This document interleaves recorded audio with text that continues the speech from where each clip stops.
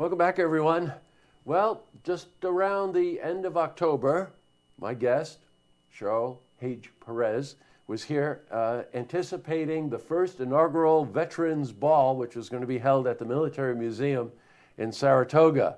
Fast forward, the ball happened. We asked her back to talk about that and some of the other things that they're doing at Vet Help to help our veterans. So welcome, Cheryl. Good Great morning. to have you back. You know, it's like being home. It is.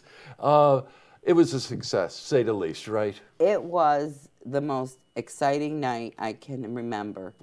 The community here was just so supportive. And there's so many people and businesses that I would love to thank. I just don't have time. But Fran Dingman, who was our event planner, and I say she's got to be from Mars because she's out of this world, did a tremendous job putting together a wonderful committee.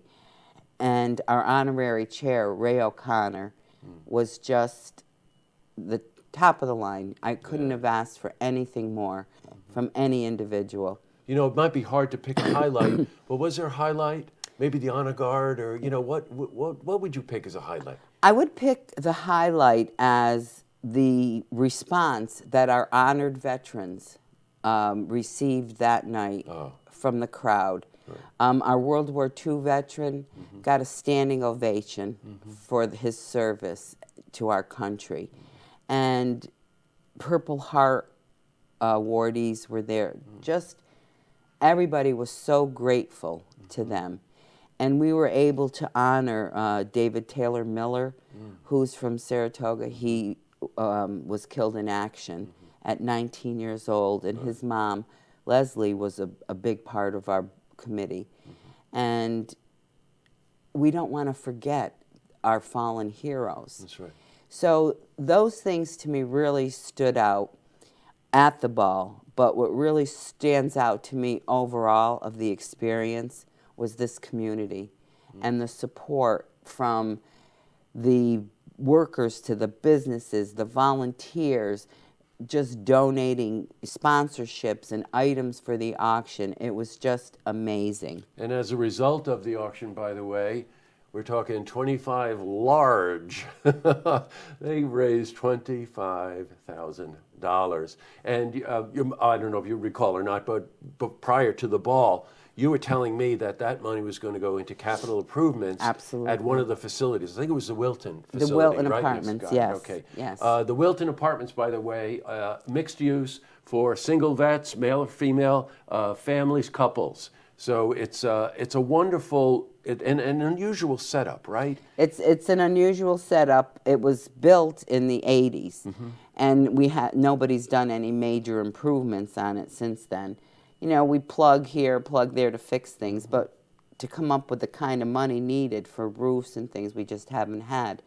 So this money will be used to do what we can there, and then we will be applying for grants and stuff to match the funds that we've made through the ball to make it a safe, decent, and affordable housing project for our veterans. You know, $25,000 is a lot of money, but when you talk about replacing heat and plumbing and roofs, windows, that money goes pretty quickly. It goes and especially because it's 12 units.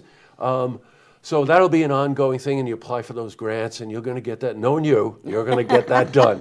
Hey, you know what I want to spend just a little time on is the holiday. Holidays. Okay, holiday, you've heard the statistic. It's a terrible statistic. 22 veterans a day commit suicide. And while a lot of us treat the holidays as with a lot of joy and approach it with a lot of joy, for veterans who are suffering from emotional stress, they're suffering from reintegration into society or whatever. Invisible wounds, Jesse. Yes, exactly right. So it's a particularly difficult time for them. And you're going to make certain that you're going to try to mitigate some of that difficulty, right? Well, absolutely.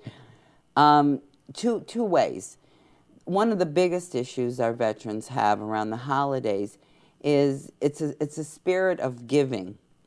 And, you know, of course we all enjoy receiving, but giving is the big issue around the holidays. They don't have the ability to give. So it's a very depressing time. They don't feel like they're qualified to go to a family members or go to a friend's and get and not be able to give. Right. So what we're hoping for is that people in the community, organizations, will donate gift cards.